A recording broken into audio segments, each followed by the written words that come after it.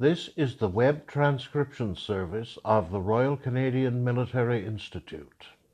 On September the 20th, in the first Defence and Security Studies After Hours evening of the Fall 2018 season, we welcomed Dr. Barbara J. Falk, Associate Professor of Defence Studies at the Canadian Forces College, who gave a riveting and incisive deconstruction of perceptions of current Western-Russian relations entitled Cold War Redux, Everything Old is Not New Again.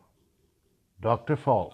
I think some of the young people that were walking around from the Rome were a bit surprised when they walked in and saw the hammer and sickle, given that we're in the middle of a municipal election, so perhaps they're a bit confused about what this is all about. But I can assure you that it will be both an entertaining and very informative event. So with that, could I turn it over to Barbara Falk, who hopefully we'll be able to figure out how to advance the slides. Otherwise, Craig Stone, you're coming up now. Thanks. Thank you. And she lowers it even more. Okay. First of all, thanks very much to Dan for organizing this, good friend and colleague, and also to the RCMI, who they have been a great institutional friends of the Canadian Forces College and of the academic cohort of which I am a member there in the Department of Defense Studies.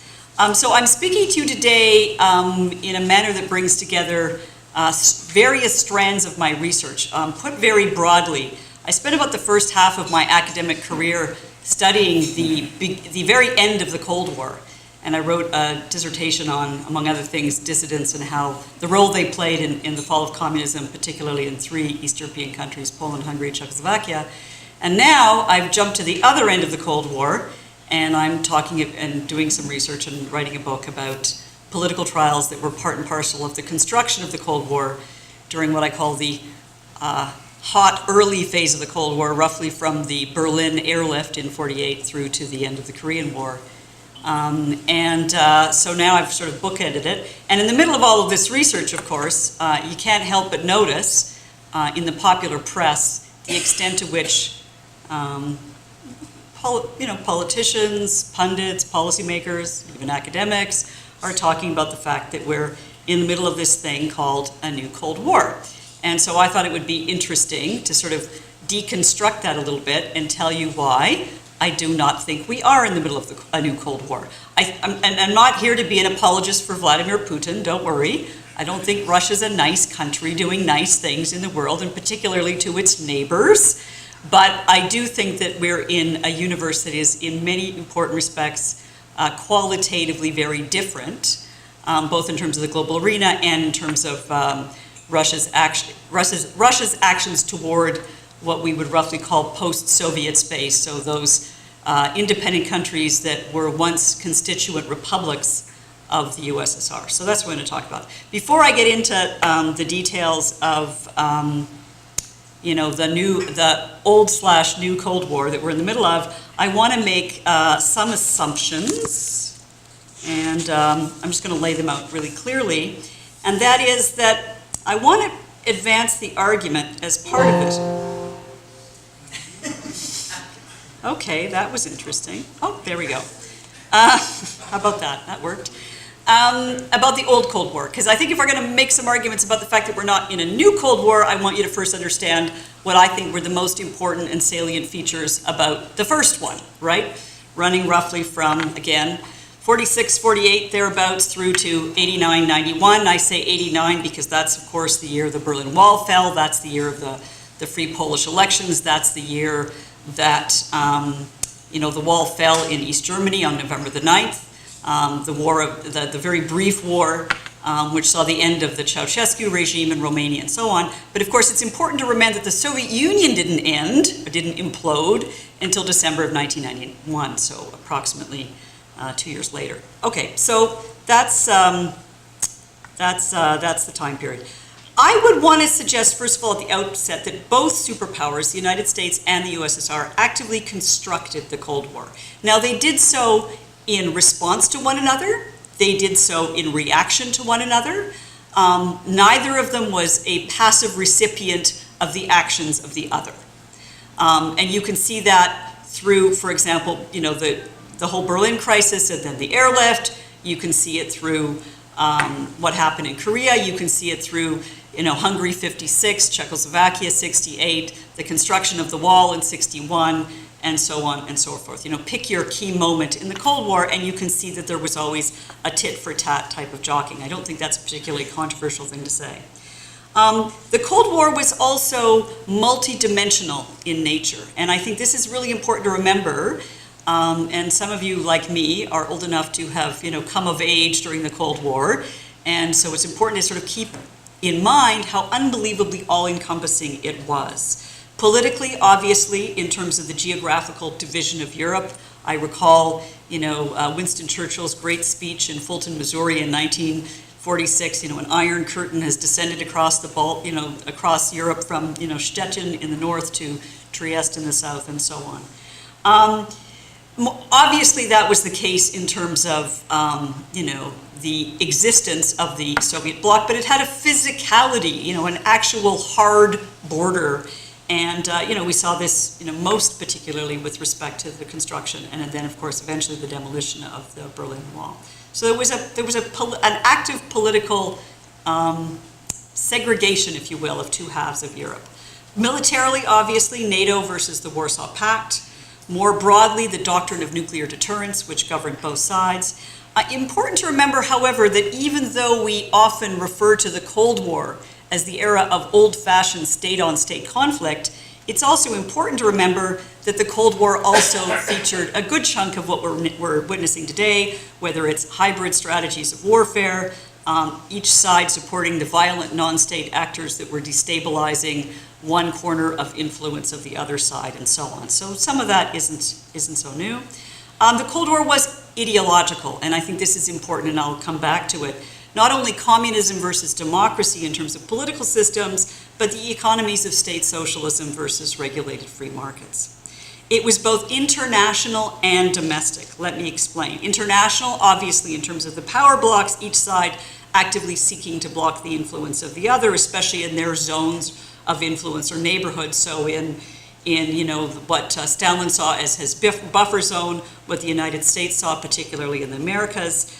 And they used political and military alignment, particularly of decolonizing states, as kind of a carrot and stick mechanism through which to sort of draw different states into alignment with them. Domestic, why was the Cold War domestic in nature? Well, each side, in effect, domesticated the conflict with the prosecution of legitimate and invented, frankly, saboteurs, conspirators, fifth columnists, and there was in both sides internal security overreach. I don't want to suggest that the internal security overreach has any moral equivalence. I mean, obviously, the tortured confessions and show trials that we saw in Eastern Europe are obviously of a different type and level than, the Internal Security Act and the Taft-Hartley Act and some of the security overreach in the United States in the 1950s, what today we lump under the general rubric of McCarthyism, but there was a kind of internal security overreach. Cultural, and this is important, and I'll come back to this later as well. In film, television, radio, both overtly and covertly, and both sides sought to portray the conflict in culture, but also use culture to advance their particular agenda. So, for example, the United States actively supported things as diverse as, jazz musicians traveling through Europe, or abstract expressionist art, as a means of demonstrating, the superiority of free expression and the kind of, liberal tolerance for, all things innovative in the cultural arena, right? And of course, you saw that going back into the 1920s with, the socialist realism aesthetic and the experimentation in Soviet aesthetics, of course, which gets cracked down on later on. And I should probably say also one further assumption, which is not on this slide, and that is that I really have a distaste for historical metaphors. Okay, so I'm going to be cantankerous and say it's not a Cold War, because I think we do a disservice to history whenever we do that. They're generally misleading and wrong. They tend to be indicative of contemporary political agendas and purposes more than they actually enlighten us about the past. And generally, I think some historical metaphors are overused to the point of analytic disutility. My favorite one that gets overused all the time is, this is another Munich appeasement, referring to sort of, 1938 and the eventual dismemberment of Czechoslovakia. That gets trumped out every single time there's, a security crisis, and it's almost always entirely misused. Okay, so what about this new Cold War thing? It is obviously currently fashionable to talk about it, and what's really fascinating when I started kind of, going deep into the rabbit hole that is the internet and looking for where and what kinds of people have used this phrase, that there is an enormous kind of diversity of people. You talking about new Cold War. Susan Glazer, who writes for Politico, sort of, inside the Beltway, I would say Democrat-leaning political newspaper in the United States and significant online presence. And then you get someone like Michael T. Clare, who's very much, I would say, on the American left, who writes for The Nation, and he's also talking about a new Cold War. There's a Wikipedia page called Cold War II, which I invite you to look at. Increasingly popular to call Russia totalitarian, and this despite the fact that a huge chunk of my discipline, political science, spent a good chunk of the 50s and 60s saying that that word was really not so terribly helpful to discuss the old Soviet Union because it didn't allow us any kind of real nuance for what was going on in the Soviet Union. In fact, just up the street at the University of Toronto, one of my intellectual mentors, Gordon Skilling, also a mentor of Marquetta, who's sitting here in front of us, he was one of the leading lights in a school of thinkers who's saying that this sort of totalitarian overlay as a description of the Soviet Union was just historically wrong. But you have people as prestigious as Yale historian Timothy Snyder, who's written a number of books, most recently his 20 Lessons for the 20th Century on Tyranny, which is a bit of his, started as a Facebook post, it's his kind of screed against the Trump administration, but more recently his book, The Road to Unfreedom, which is about, what he believes to be, Russian security overreach and very much envelops this kind of totalitarian view of Russia, but also someone whose work and I respect, all of these folks' work enormously. Russian immigrant journalist Masha Gessen, who's written probably one of the best biographies of Vladimir Putin, Man Without a Face, and also wrote a book called The Future is History, which I think really kind of deconstructs how we got to where we are now, not just in terms of the Putin administration, but how it is that particular Russians have come to, and an entire generation has come to absolutely support the current president of Russia. And make no mistake, Putin is enormously popular.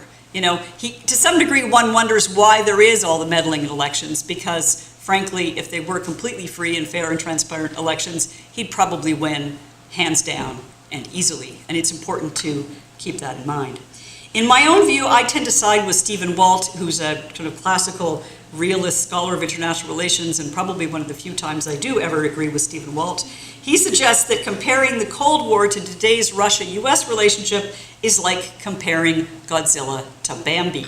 I kind of like that image. I wish I had said that myself, but I have to give Walt full credit.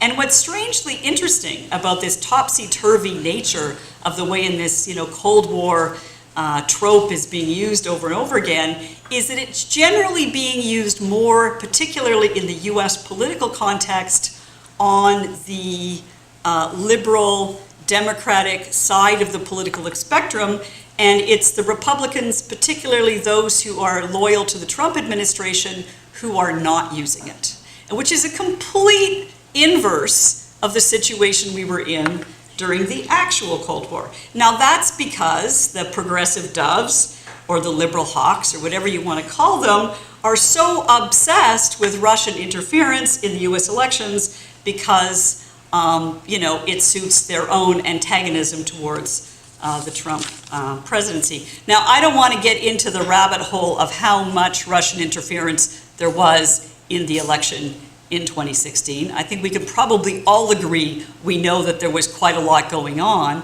and we can probably also agree that we don't know the whole story yet. That's why we have the Mueller investigation. But I do think it's too early to suggest in any meaningful manner that the Trump winning election was somehow decisively caused by Russian interference. I think that's overreach in terms of the information and the evidence that we have right now. So that's a bit of information about the old Cold War, as it were. Okay, well, obviously I have to give the other side of the debate some credence. There are some similarities, and they are important ones, and I do not think they should be underestimated. First and foremost, we have to pay attention to Russia's current and past military belligerence. And I'm not just talking about the Republic of Donetsk and Luhansk and the annexation of Crimea in 2014, but I'm also talking about Georgia in 2008 and the kind of generation of frozen conflicts in South Ossetia and Abkhazia, also the cyber attack on Estonia in 2007, but more particular, if you really want to look to where this all started, go back to Moldova in 1991, okay? Because the same tactics of using local actors, Russian minorities, inventing grievances, playing on some grievances that are actually real, and creating a frozen conflict in a zone of instability that's been there ever since. So we have this little place situated between Moldova and Russia proper, called in Russian Pridnestrovia, in English, Transnistria. Anyone ever heard of this place? It's a place, it has geography, it has governance. It's not a state. It's not a state any more than Abkhazia or South Ossetia or, Donetsk and Luhansk are. But all of these non-state statelets, for want of a better term, are a way of generating a zone of instability such that you completely check further expansion of the European Union, and most particularly further expansion of NATO. I mean, to some degree, I don't think, Putin is the new Stalin or the new Brezhnev or the new Khrushchev or whatever, because to some degree, he's already achieved his short and medium-term goals by creating these zones of instability. Second, of course, there's Russia's increasing authoritarianism, well beyond what we might call illiberalism, well beyond what Putin used to call, in the early days of his office, managed democracy. I love that. That's such a great misnomer of a term. To outright electoral fraud, crackdown on internal dissent, intimidation, threats, and obviously real violence, all kinds of mysterious murders, which tend to crop up every so often, whether we're talking about Boris Nemtsov or the recent poisonings in the United Kingdom. So obviously there's a lot of stuff going on, a lot of which is not very nice. Thirdly, of course, you have Russia's interference in Western politics, and I'm not only talking about interference in the 2016 US elections, but also in European elections, and depending on whose story you want to believe, and depending on whose evidence you're paying attention to at any given day, in the Brexit vote as well. And again, the extent to which this has happened and is happening, we don't yet know the full picture. But still, I'm going to argue, not a new Cold War, because those were my list of similarities. Here's my much longer list of differences. And I'm going to take you through those and see if I can convince you or not, as the case may be, and then we'll end up with a little cultural note to entertain you. First of all, there is no overarching or universalist ideology, and I think this is really important. Part and parcel of the Soviet project was a project to implement not just revolution in one country, which eventually they had to settle for. That was, Stalin's, pragmatism over Lenin's revolutionary impulse. But in particular, it was about the betterment of humankind. I mean, it's easy to decry that because we know that that's obviously not what happened. The revolution was betrayed in a million different ways, to paraphrase Trotsky. But there is no big, illustrative or even enlightening or even attractive ideology to what Putin is doing now compared to the old Soviet Union. There is no workers of the world unite. There is no connection to a philosophical tradition which you can agree with or disagree with on a materialist historical conception of history that suggested that the internal contradictions of capitalism were such that not only was revolution desirable, but it was also effectively historically necessary. None of that exists with respect to Russian actions now. Now, there are a couple of thinkers in Russia that that are kind of getting, recycled from, the past, who, sometimes gets cited in some of Putin's speeches, but it's like chump change compared to, the attractiveness of the Marxist tradition, or Marxism-Leninism, as it came to be called. Now, America, of course, still holds to its universalist ideology, overarching, liberty and democracy, but even the US right now is far less likely to support forcible or softer kinds of exportation of such ideals abroad. And of course, if anything, I think the interventions in both Iraq and Libya, to some degree, have hearkened the death knell of this kind of Wilsonianism, either from the Bush administration or from the Obama administration. And I think that's one of the reasons why the current America First thinking has a kind of very popular currency. Because, average Americans are sick of that. They go, why? What's the use of that blood and treasure for me? Okay? And moreover, at the time, this is the original Cold War, each side depended on the other as the antithesis of itself, but also as kind of a source of legitimacy. As Stephen Walt explains, for both ideological and power political reasons, live and let live was never an option. Never an option. Right now, there's certainly a lot of Americans, we may disagree with them or not, that have kind of a live and let live view towards Russia. Doesn't make you feel very comfortable if you happen to live in one of the Baltic states right now, and I know we have a number of people here tonight with that heritage, but it would be naive to think that that does not have a strong current of thinking in the United States.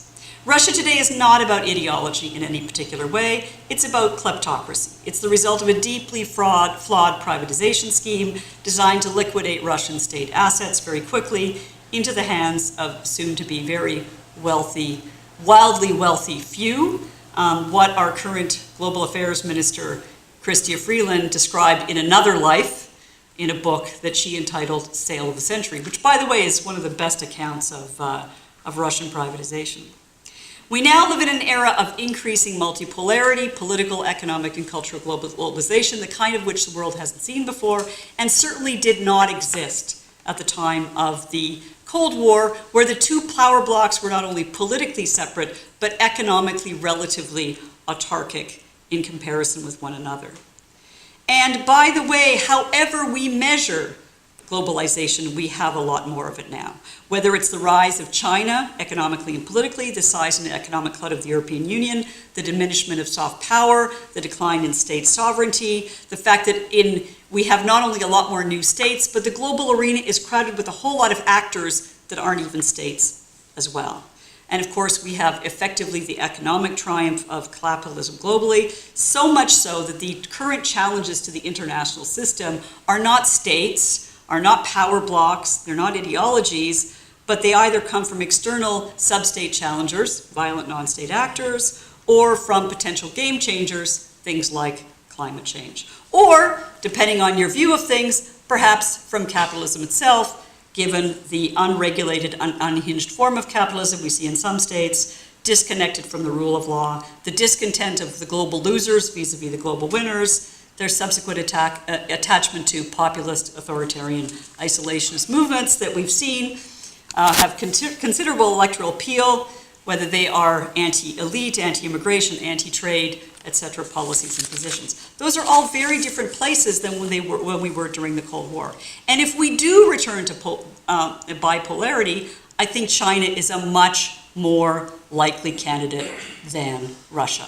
And I think to the greater extent we fixate on Russia, to some degree we ignore China and our peril. And I'm not saying that it should be either or, but I'm saying it's both and, but in a manner that's measured and nuanced. But if you really even want to think China is going to be the big threat tomorrow, I would invite you to go into the rabbit hole of the data, lots and lots and lots of it, provided by the Organization for Economic Cooperation and Development, and you'll see just how the United States, allegedly in decline, still continues to outpace both Russia and China on a whole broad range of indicators, economic, social, demographic.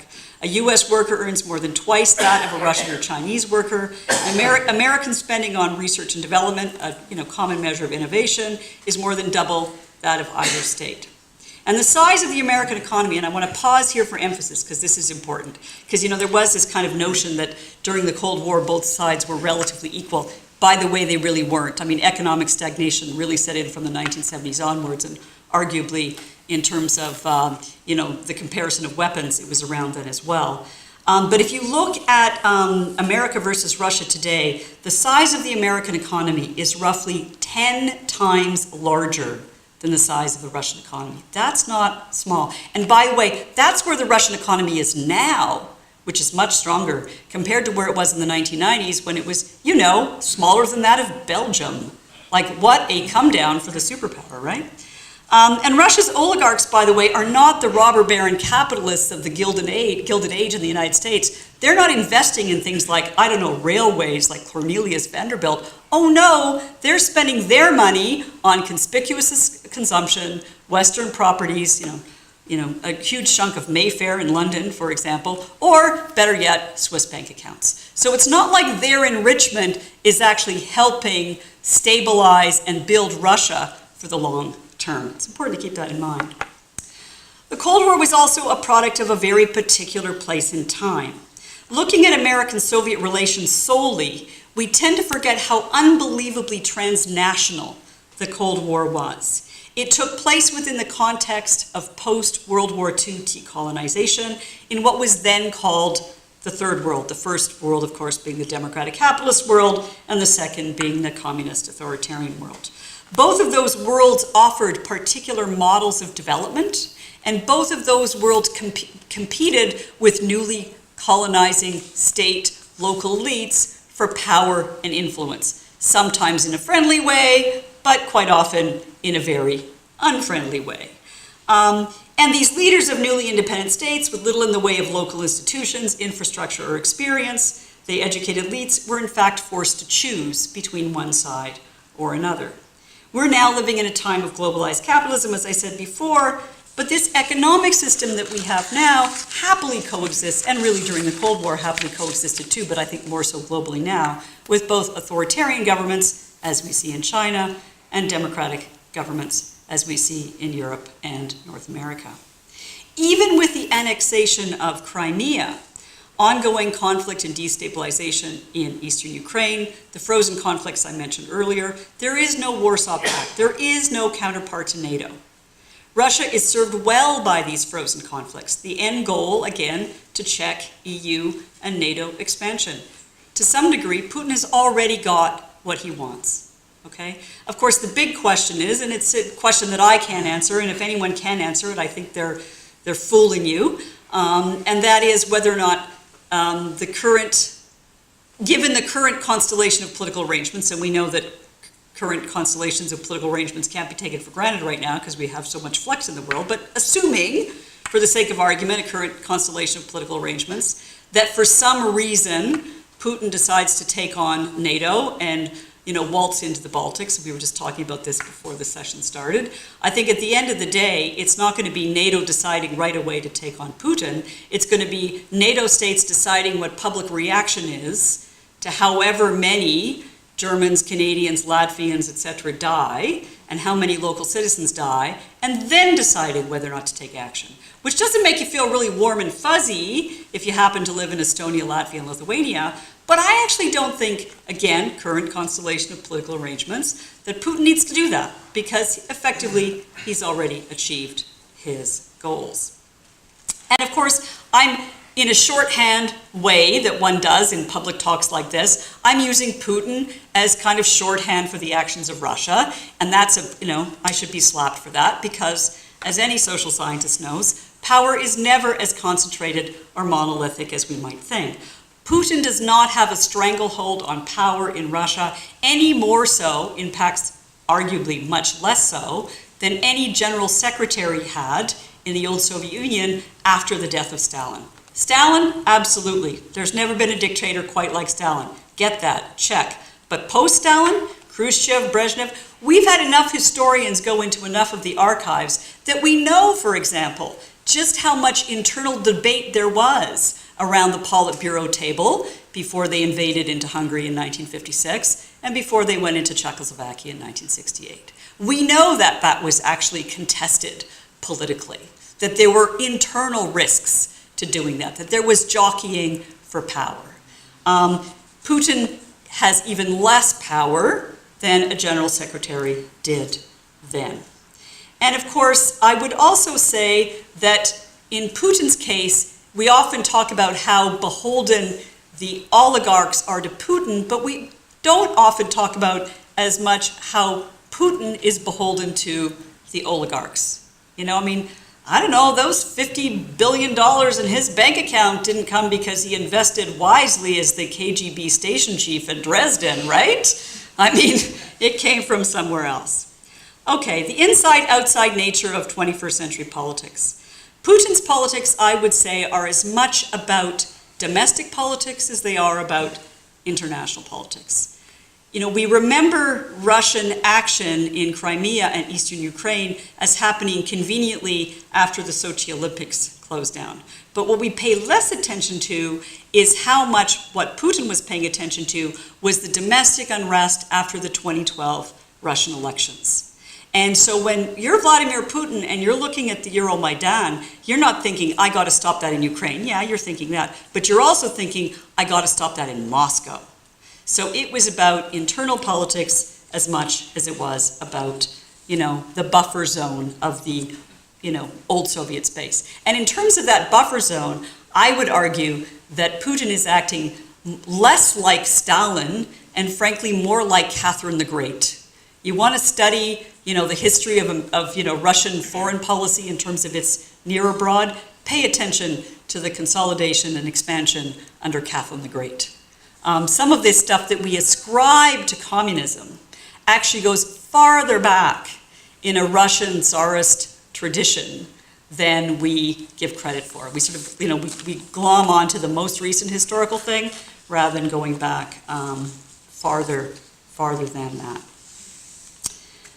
I think what we're seeing now, particularly in Russia-US relations and in Russia-EU relations, is more about the terms under which the Cold War ended than it is about the Cold War continuing.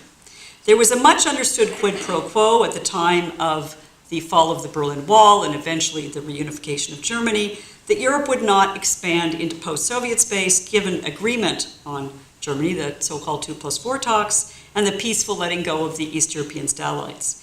I would invite you to look at the work of Mary Elise Salat. She's demonstrated through her research that in the 89 to 91 period, again, important to keep in mind that that was an important transitional period from the fall of the Berlin Wall to the implosion of the Soviet Union, a great many misunderstandings were generated between American and their then Soviet interlocutors. We did not listen much to Russian grievances and a Russian sense of betrayal in the 1990s when they had that tiny economy and they were reliant on, you know, IMF emergency funding, and, you know, Boris Yeltsin looked like a bit of a buffoon, and we were, you know, living in this kind of triumphalist, we won the Cold War thinking that in fact, of course, Russia was going to just happily jump on the liberal democratic bandwagon, just like we saw what was happening in Eastern Europe. Well, not only can we not take Russia for granted in terms of jumping onto the liberal democratic bandwagon, I'm not even sure we can take a lot of East European states, for that matter, these days anymore either, particularly that of Hungary. It's important to remember that the last leader of the Soviet Union, Mikhail Gorbachev, one of the reasons he was able to let the peaceful dissolution of communism happen in Eastern Europe is not because he thought he was destroying communism, he thought he was reforming it and saving it. He also thought that NATO would be replaced by an entirely different set of security arrangements. He thought that the dissolution of the Warsaw Pact would lead to the dissolution of NATO, right? If you want to read a good speech on this, Google, Mikhail Gorbachev, Common European Home. It's a very famous speech he gave in July of 1989, which is interesting because it's after those Polish elections, which saw the first sort of ending of communism in East European satellite, and of course, 4 months before the collapse of the Berlin Wall. And that's kind of that flux period where you see the kind of development of Soviet/Russian ideas about the terms around which the Cold War would in fact end. However, I keep getting interesting music when I do this. Even though I've tried to convince you that, in fact, you know, maybe there isn't a new Cold War, or at least we should approach such terminology with a sense of attention to context and detail and historical nuance, that doesn't mean that it still can't happen. Now, this is the classic academic fudging your bets at the end of a presentation, I get that. But in the same way that we constructed the old Cold War, we can construct a new one. You know, part of the reason I don't like historical metaphors, by the way, is they deny creative possibilities for policymaking. They deny the importance of leaders and leadership at key transitional moments in history, and they assume that somehow history is like unproblematically repetitive. Of course, if it were, we might as well all just pack up our bags and go home and not analyze anything. But in the same way we constructed the Cold War in culture, we're constructing it again in culture. But this time it's a little bit different, because I would say that in the old Cold War, our cultural avenues and institutions, whether they were film or television or radio, were things that kind of reflected global politics. I think increasingly in a world where people look to celebrities for, like, I don't know, serious commentary, whether they're, you know, the guy who, you know, ran The Apprentice who now runs America, or, you know, Angelina Jolie at the United Nations, or, you know, choose your celebrity, or the activism of, you know, George Clooney or whatever, that we look to celebrities, and we look not to the celebrities themselves, but the kinds of roles they play, that in fact popular culture is becoming a place where we enact global politics rather than reflect global politics. And I think that has kind of really serious implications for the way in which we view the world. You know, I have a former student of mine whom we've been sort of carrying on a conversation for the better part of 30 years now, and he maintains that there has not been one major Hollywood blockbuster film that features a Russian where the Russian is not a villain. Think that through. If you can think of one, please let me know, because I will Facebook message him and say, hey, I've got one for you haven't thought of, right? The closest we came to a guy that was a Russian, or he's more just kind of generically Slavic, was the film The Terminal, which is about the guy lost in the airport that has nowhere to go. He's kind of portrayed in a sympathetic manner. But if you get any kind of like true Russian, I mean, there was a whole period of time in the 1990s and the early 2000s where they went from being spies and saboteurs and agents of the state to mafia criminal bosses, which of course kind of, again, enacted a sort of global reality, because, you know, you don't have to spend too much time in, you know, the world of transnational crime to know that there's an element of truth to that. But increasingly, we're seeing this kind of resuscitation of the great Russian villain of the cinema of old. And if you haven't seen it yet, I'm going to leave you with this one. Red Sparrow. Any of you seen Red Sparrow? Your body belongs to the state. Since your birth, the state nourished it, now the state asks something in return.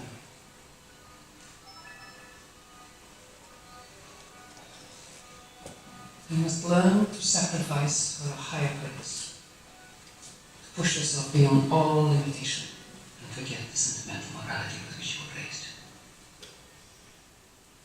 Okay, there you go. Anyone seen it? Besides me?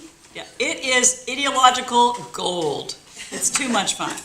It's like unbelievably, it's a weird little mishmash of history, but it features a lot of Hollywood A-listers, including J-Law, as a kind of a sex spy operating on behalf of the new Russia, but it's very much using these kind of old Cold War tropes. There's kind of a merged GRU/KGB kind of security agency, and it's headed by a Jeremy Irons character who's a kind of a general, but he's a mole, right? And of course, a huge chunk of the film is uncovering the mole, and you've got this kind of hapless but really good guy, CIA type, played by Joel Edgerton. Of course, he ends up, you know, in love with the Sparrow, i.e. J-Law. It's, you know, too much fun.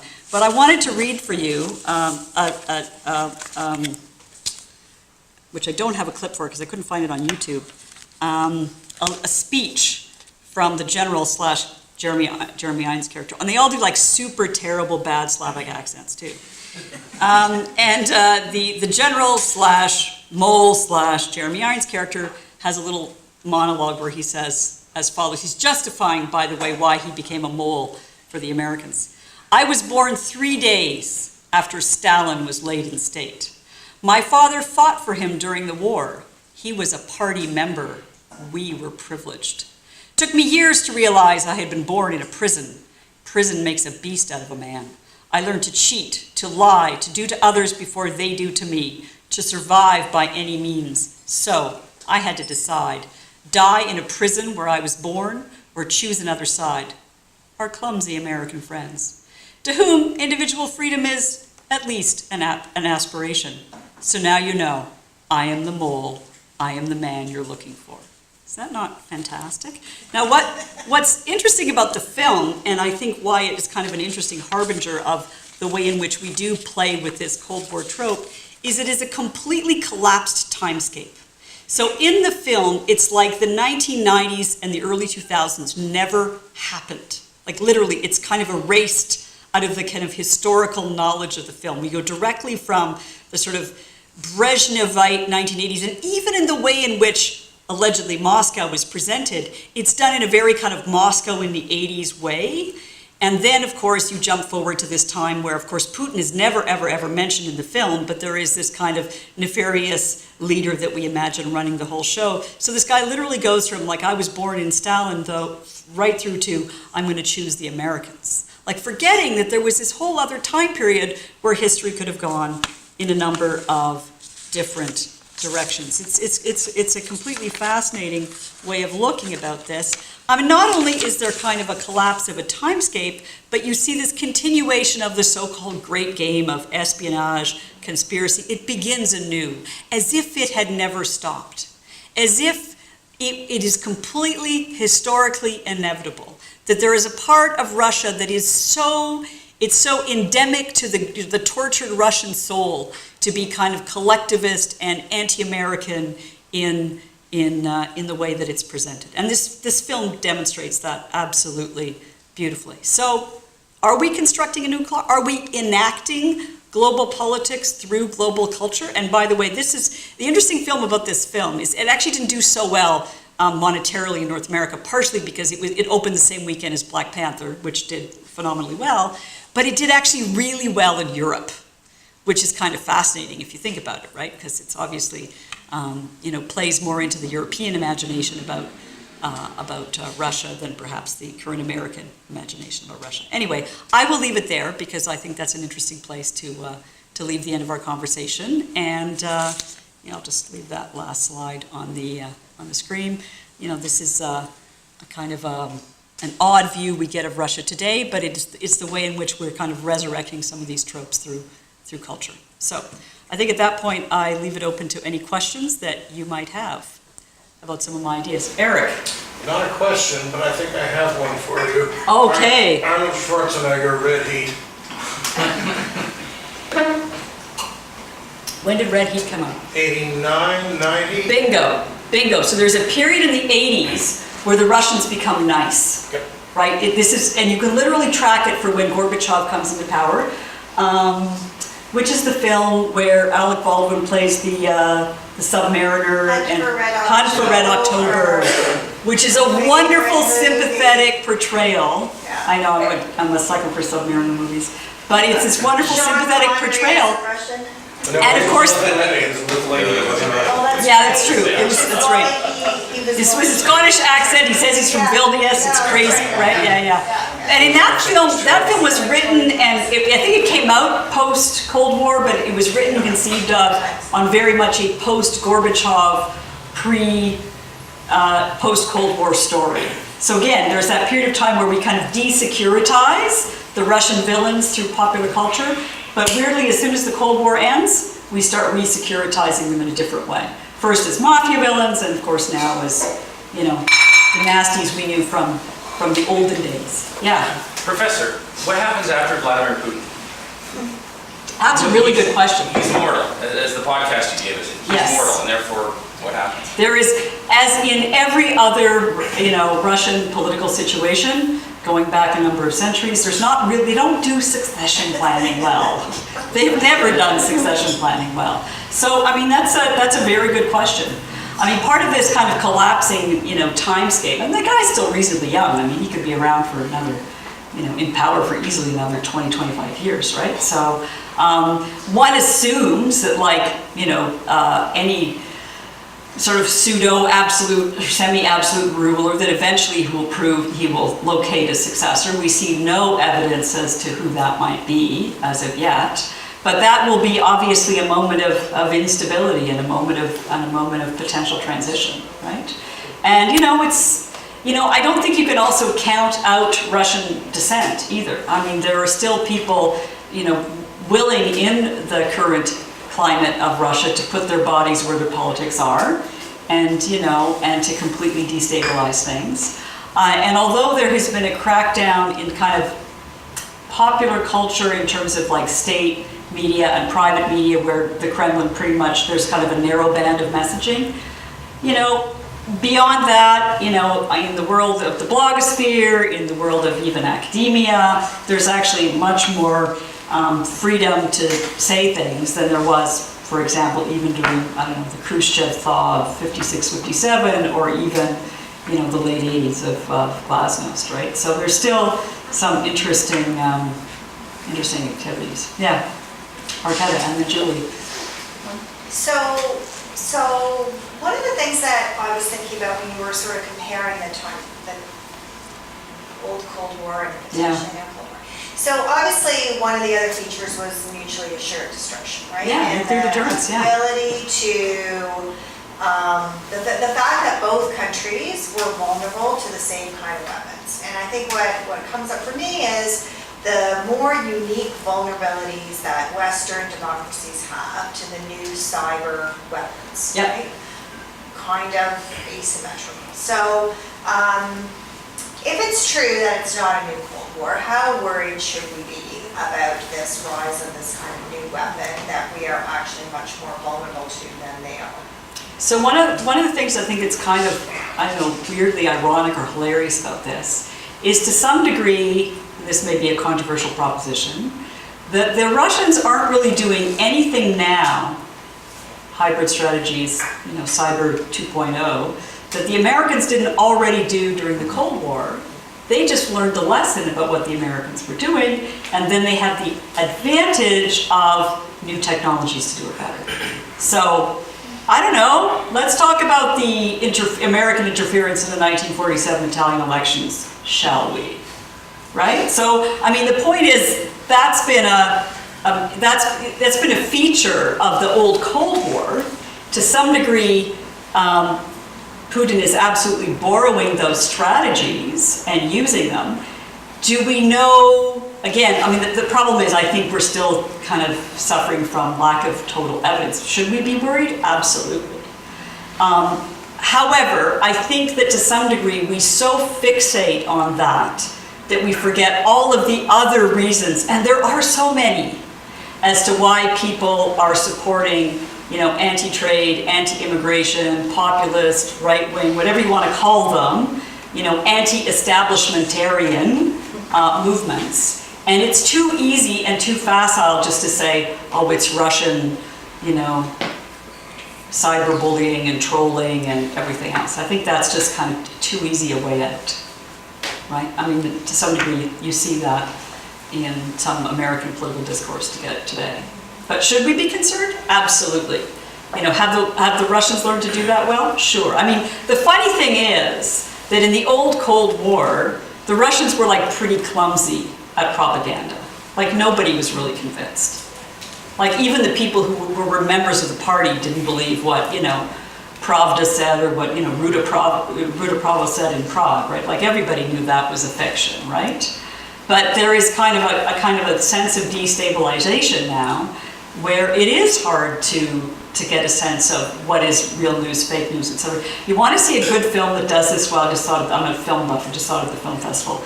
Russian filmmaker Sergei Loznitsa's film Donbass, where he talks about the ways in which fake news is created in Ukraine. In Donetsk, Luhansk, right? Western Ukraine, the People's Republic of, right? And for example, it kind of totally blurs the line between drama, documentary, and what we would call mockumentary, right? So one of the things that he shows in the film, which is to some degree mirroring reality, is the extent to which they recreate civilian casualties. So, you know, they'll blow up a bus and they'll prep all these actors with makeup and then go out and then have fake journalists interviewing the actors who were in the bus crash who talk about the civilian casualties, right? And then there was a wonderful scene in the film where sometime later in the film, all the Russian actors who were playing victims, who were going to play victims again in the next, you know, moment of propaganda, you know, the commander who's not the commander, right? Because we don't want to admit the Russians are behind it, so the local commander, who's not really under the control of the Russians except that he is, comes in, and they, you know, in classic Russian format style, they start complaining about they haven't been paid. More like, once again, we're back to, you know, they pretend to pay us, we pretend to work, right? And the guy's like complaining about not being paid, so the guy just takes out his AK and just mows them all down. So, you know, first we create the news, and then we kill the actors that fabricated the news. Yeah, right?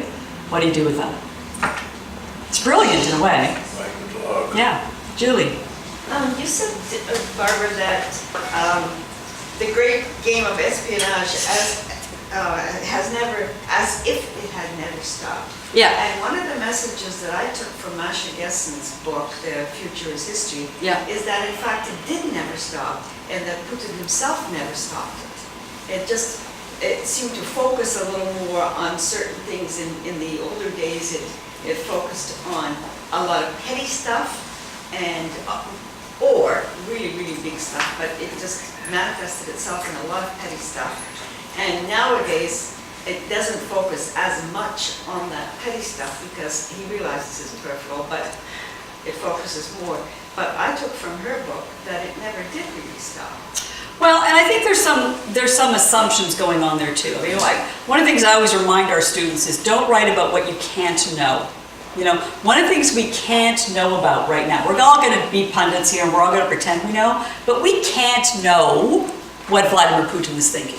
It would be great if we could, but we can't know that. Maybe someday we will, but we can't know that. So we can't know to what extent Putin was always, you know, on the down low, on the espionage front, even when he was no longer in the pay of the old KGB, now FSB, and was working for the, you know, who was working for the St. Petersburg mayor before he, you know, became the heir apparent to Yeltsin, right, in the dying days of the Yeltsin regime.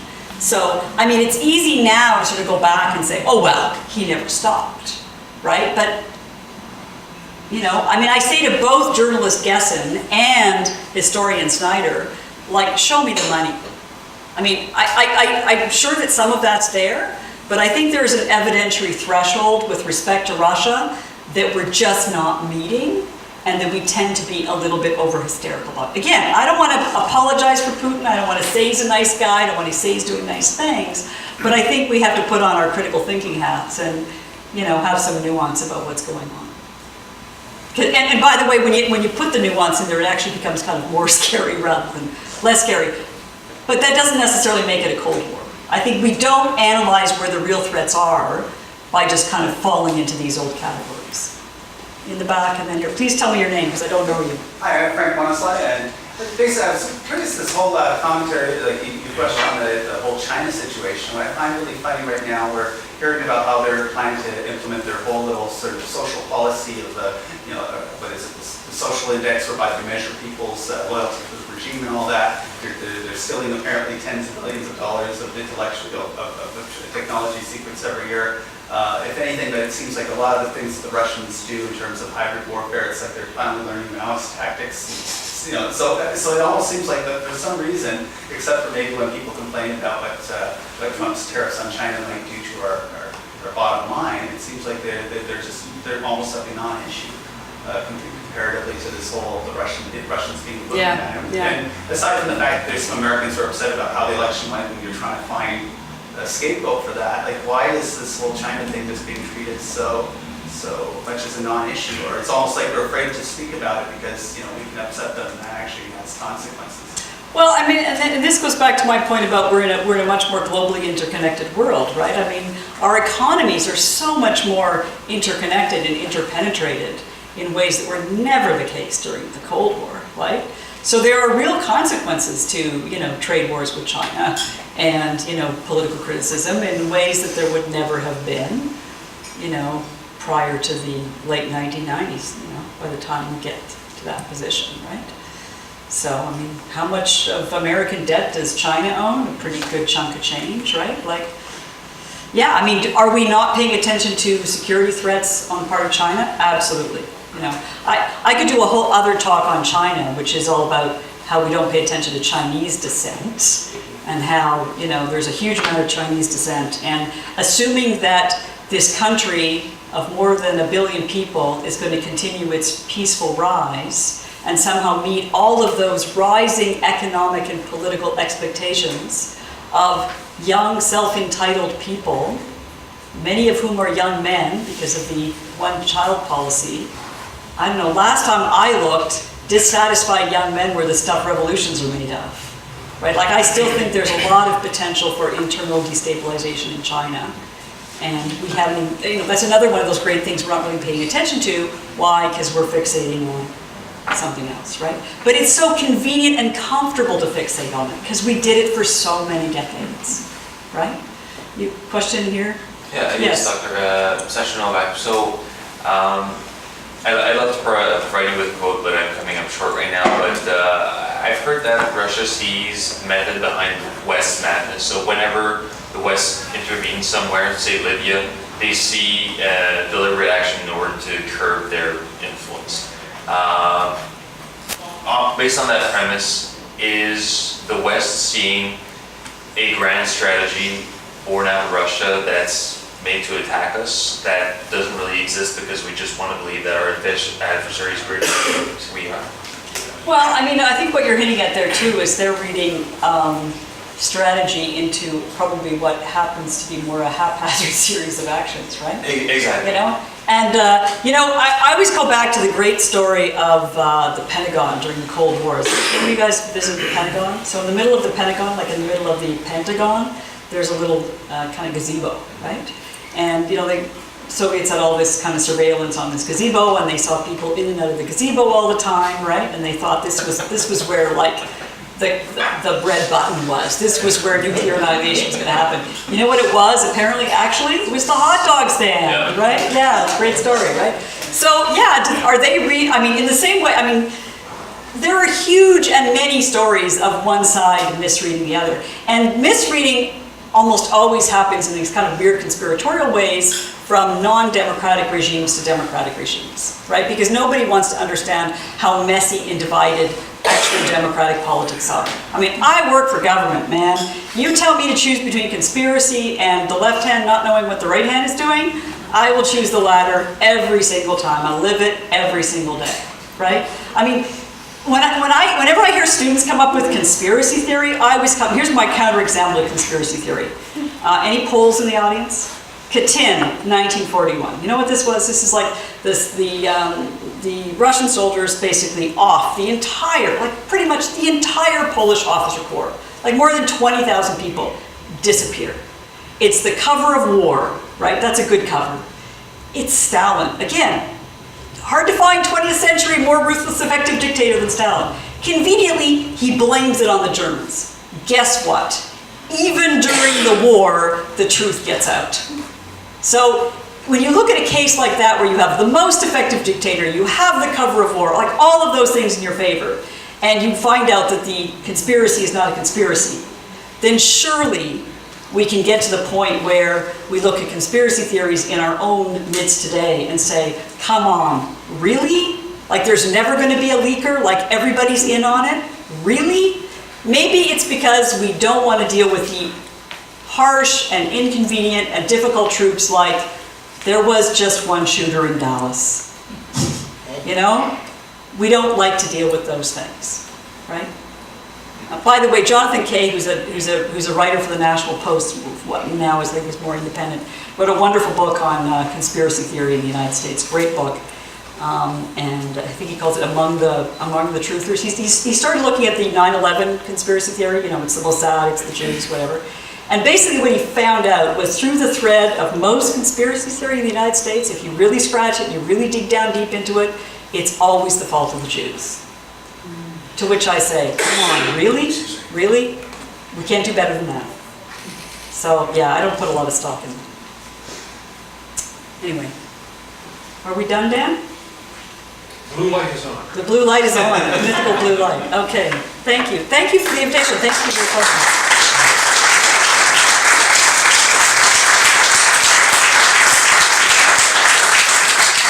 This has been another in our series of webcasts produced by the Royal Canadian Military Institute in Toronto as a public educational service.